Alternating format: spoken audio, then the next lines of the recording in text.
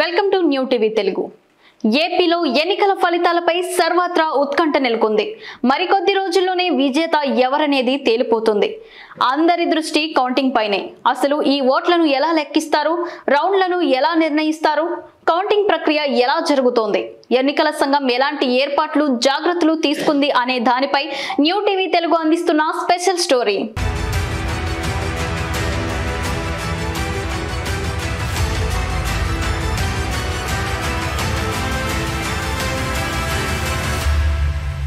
ఎన్నికల పోలింగ్ ముగిసిన తర్వాత అధికారులు ఓట్ల లెక్కింపులో ప్రతి అంశాన్ని చాలా జాగ్రత్తగా పరిశీలిస్తారు.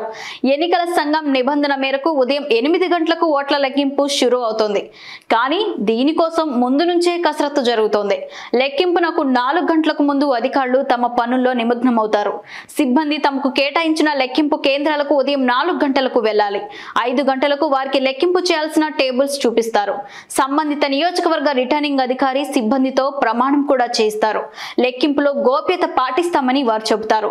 8 గంటలకు పోస్టల్ బ్యాలెట్ లెక్కింపు మొదలవుతుంది. 8:30 వరకు ఇది కంటిన్యూ అవుతుంది.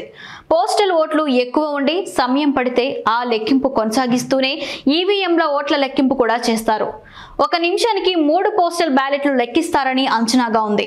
ఈవీఎంల లెక్కింపులో వచ్చిన ఓట్లు వీవీప్యాట్ల స్లిప్ల ఓట్లను చూస్తారు. ఏదైనా వ్యత్యాసం ఉంటే మళ్లీ స్లిప్లను రెండోసారి లెక్క పెడతారు.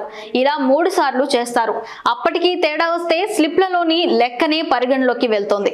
అయితే ఇక్కడ గమనించాల్సింది ఏంటంటే ఈవీఎంల లెక్కింపుతో అనధికారికంగా ఎవరికి ఎన్ని ఓట్లు వచ్చాయో అర్థమవుతుంది. కానీ వీవీప్యాట్ స్లిప్ల లెక్కింపు పూర్తయ్యేదాకా అధికారికంగా ప్రకటించడం అనేది ఉండదు. ఎన్నికల్లో ఒక రౌండ్ ఫలితాలు ఈసీ అధికారికంగా ప్రకటించాలంటే 30 నుంచి 45 నిమిషాల సమయం పడుతోంది. ఒక నియోజకవర్గంలో ఎన్నికల నిర్వహణకు రిటర్నింగ్ అధికారి బాధ్యత వహిస్తారు. ఇందులో ఓట్ల లెక్కింపు కూడా ఉంటుంది.